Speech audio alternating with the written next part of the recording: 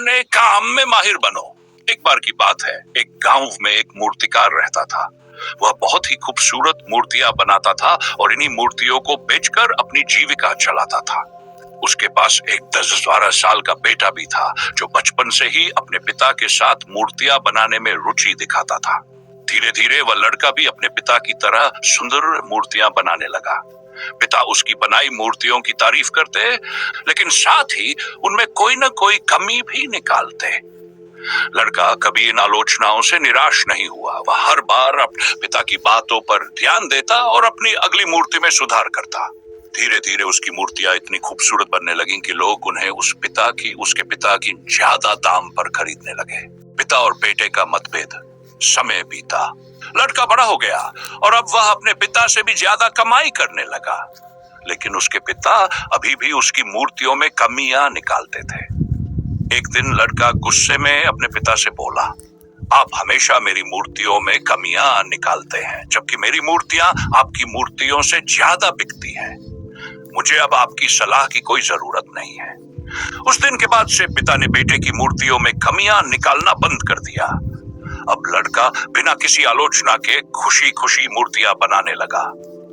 संकट का समय बाद लड़के ने महसूस किया कि उसकी मूर्तियों की प्रशंसा कम होने लगी है।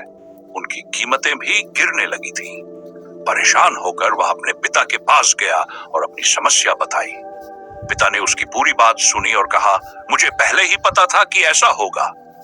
यह सुनकर लड़का हैरान हुआ और पूछा, अगर आपको पता था तो आपने मुझे पहले क्यों नहीं बताया?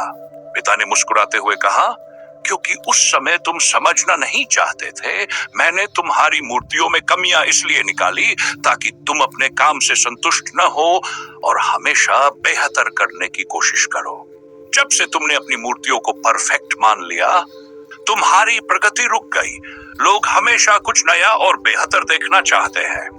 जब तुम उनकी उम्मीदों पर खरे ही उतरे तो उन्होंने तुम्हारी मूर्तियों में रुचि खो दी। सीख।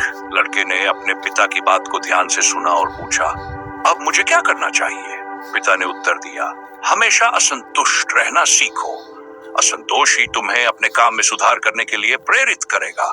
जब कोई तुम्हारे काम की आलोचना करे तो उसे नकारात्मक नहीं बल्कि एक अवसर की तरह लो। आलोचना से मिली फीडबैक को अपनाओ और अपनी गलतियों को सुधारो। यही प्रगति का रास्ता है। कहानी का संदेश, हमेशा सीखते रहना चाहिए। जो व्यक्ति अपने काम को परफेक्ट मान लेता है उसकी प्रगति रुक जाती है। आलोचना को सकारात्मक रूप में लें क्योंकि यह हमें सुधारने का अवसर देती है। जीवन में हमेशा अपने काम को बेहतर बनाने की कोशिश करते रहें।